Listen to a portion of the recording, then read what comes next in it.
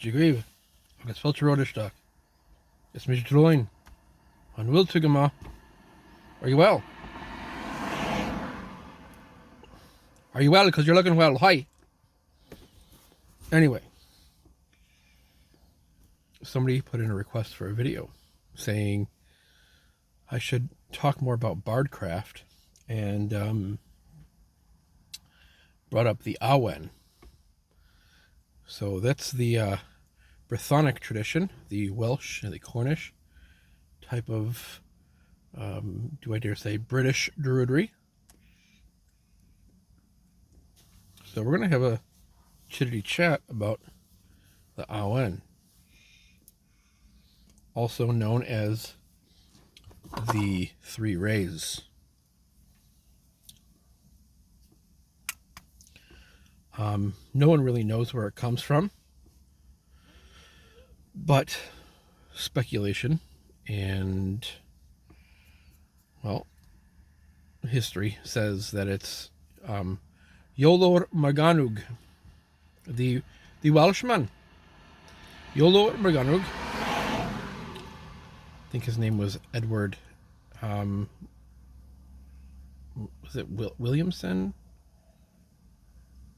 Yeah, his bardic name was Iolo. And he is, I guess, accredited with the invention of the Three Rays. And there's lots to be said about the symbol, its meaning, what people have said that it means, and even its application and how to use the Awen, which I think is the beautiful thing.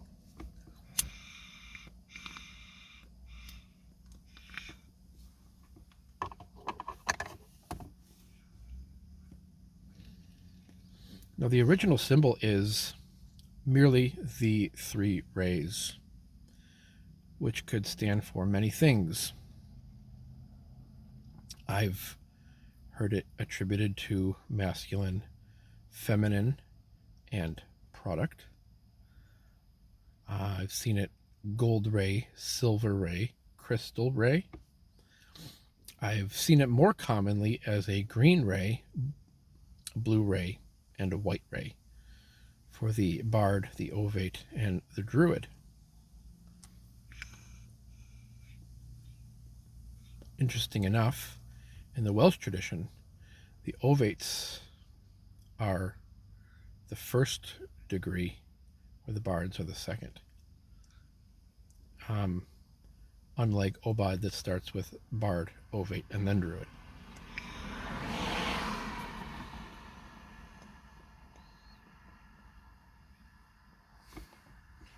I don't have much experience in the deeper lore of, the Welsh tradition. It's not really my path. I have some education in that path, but it's not the path that I follow or celebrate.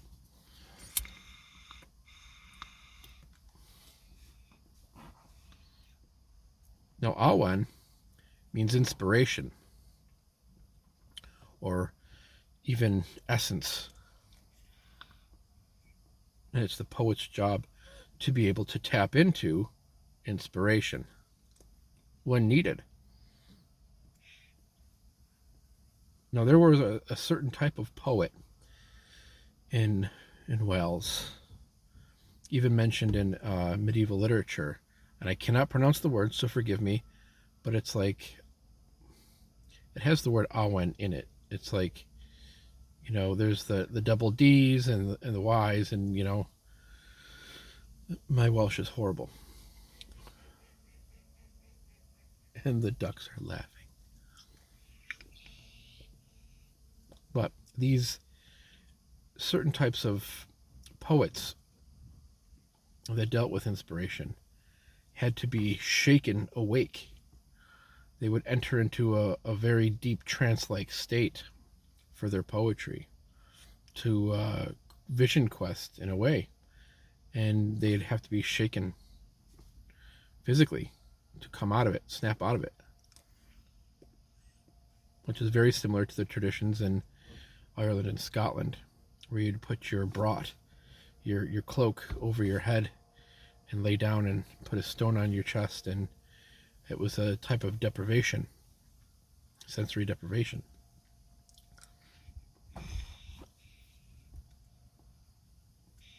This pipe is about out. It's time to get some new tobacco. So hold fast.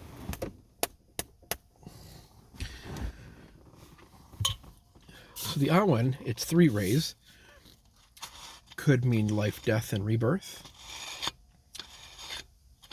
And like I mentioned, the original symbol just has the 3 rays. But if you look up the Awen, you'll see some symbols that have the dots above it, or even 3 circles around it.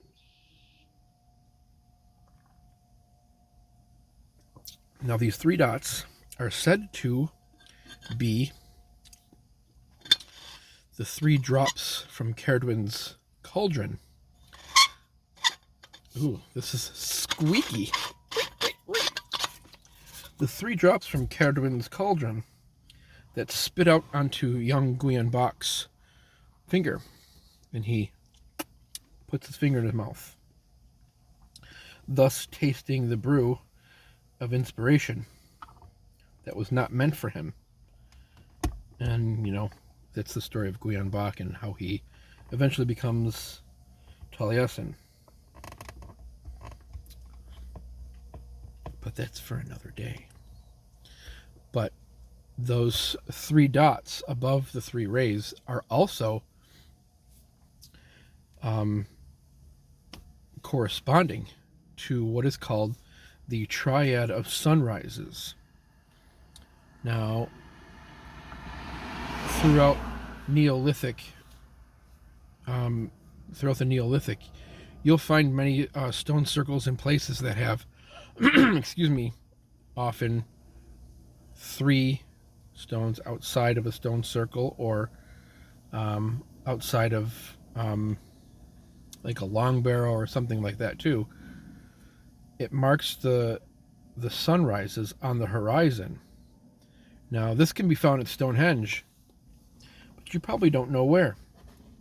So here is a tidbit of information. If you look at Stonehenge from an aerial point of view, you can see 3 white large circles, white circles, in the parking lot of the visiting center at Stonehenge. These white circles were excavated once. Well, before they were white circles. There were 3 large, very large poles there. We don't know if they were decorated like totems, if they were painted or carved, but they were massive oak poles. And they existed where Stonehenge is well before any stones were even brought there or erected. To mark this place as a sacred place, a holy place, hallowed ground, and they did so to mark the triadic sunrises at the different points of the year, the solstices and the equinoxes. It was kind of a pre-blueprint before they built the henge, well before stage 1. So those 3 post holes, those 3 are very similar to the 3 dots found above the 3 rays of light, truth, knowledge, and beauty. You'll find throughout all of the Celtic path, either, you know, the Gaelic part or the Brythonic part, is this concept of 3 is extremely important.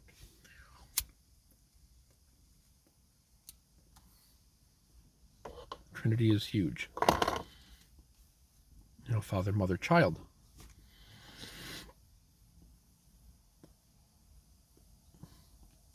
Now, some manuscripts will say that these 3 rays are in reference to sacred vowels. But from everything that I gather, this actually goes back to a Christian influence with the name of Jehovah. You'll find that often you'll see the sacred letters are I, A, O. E, A, O, which is in reference to Jehovah, but from the Latin. People are flying down this road today. I'm not sure, but I've also seen other vowel. I-O-U is often found when you reference the Awen for the three rays. And the circles are meant to represent the worlds of, let's see if I can get this right from memory, Kaigant, Gwyneft, Abred, or sometimes there's the center, which is Anun.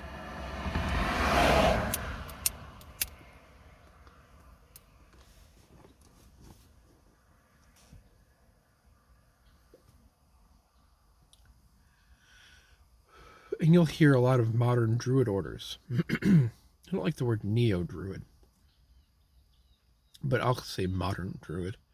Modern druid orders like Obad, the Order of Bards, Ovates, and Druids, they will intone the Awen 3 times, 9 times, and it's almost like an invocation. And it's done with a meditation, a visualization, breath work, and it's intoning the ah, the oo, and the n. So you're drawing down the Sky Father. You're drawing down, in essence, just the sky, the blue, you know? Or you're drawing up the green from the bottoms of your feet, the Earth Mother. And they combined the blue and the green, blue and green combined inside of you into white. And then you are a being of white light. And then it's pushed out to the world as some sort of blessing. And it's done through a chant with your arms up in the air. Your arms are way high in the air, reaching out.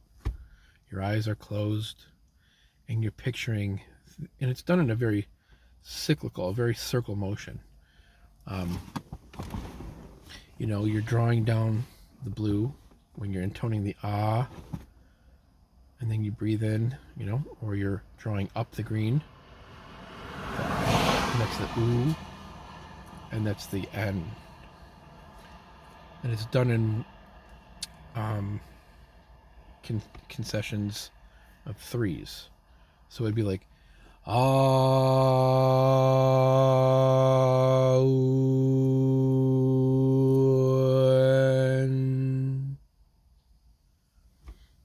so you're standing, you're visualizing the blue, the green, and the white, and you do that 3 times. You do that 9 times. And by intoning the Awen, and then you wait a moment when you're done.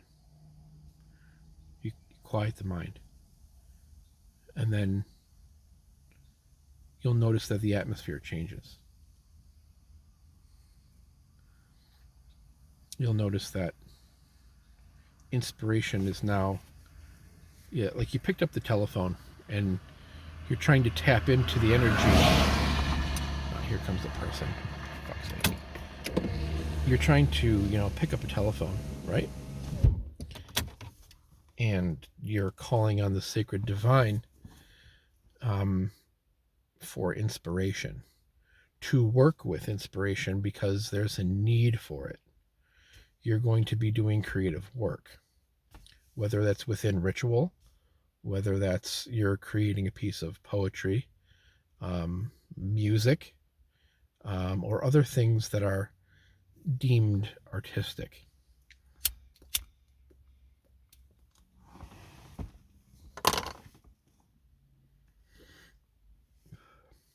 lot of modern druid rituals will use the Awen in every ritual. It's part of their ritual format. It's just what they do. I don't personally do that. I've seen other druids intone the vowels in a very similar way. E-O, but I don't really go for that because there's definitely a more of a, I don't want to say Gnostic, but there is more of a Christian influence intoning the vowels.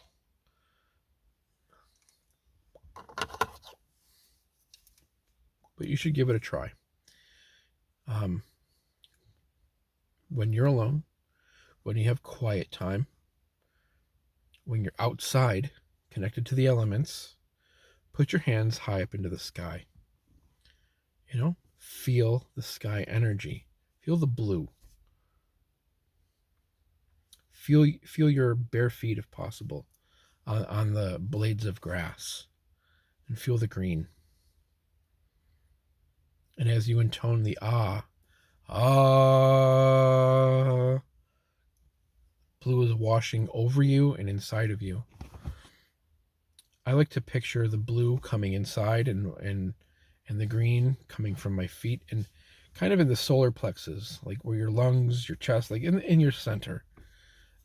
The green and the blue are swirling and changing into white. Some druid orders use a meditation called the light body, and it's very similar technique with the Awen. And then once you've done this, give yourself some moments of peace after you've done this 3 times. In the quiet stillness of your mind, wait for some sort of answer or direction in terms of abstraction. It's not going to be always a clear, this is what you're going to do type thing. Sometimes it's more abstract or even surreal.